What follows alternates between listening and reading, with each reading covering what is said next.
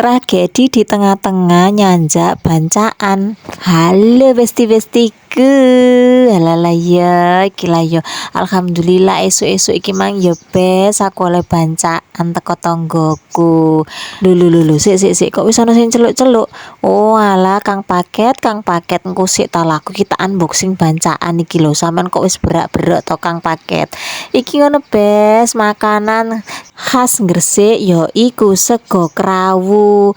Sego krawu iki isiane ana sego putih ya lah sego krawu ya jelas sego.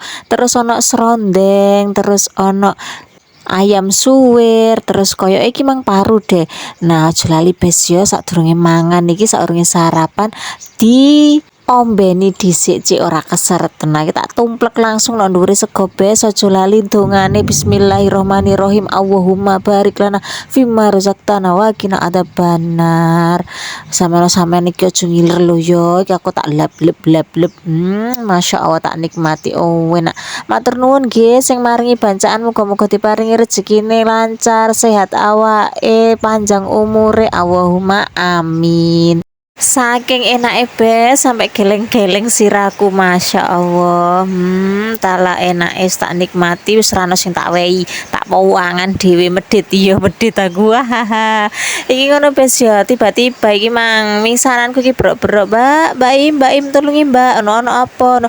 Iki lho Mbak anakku sikile kena knalpot sampean gak duwe anu ta salep tala no.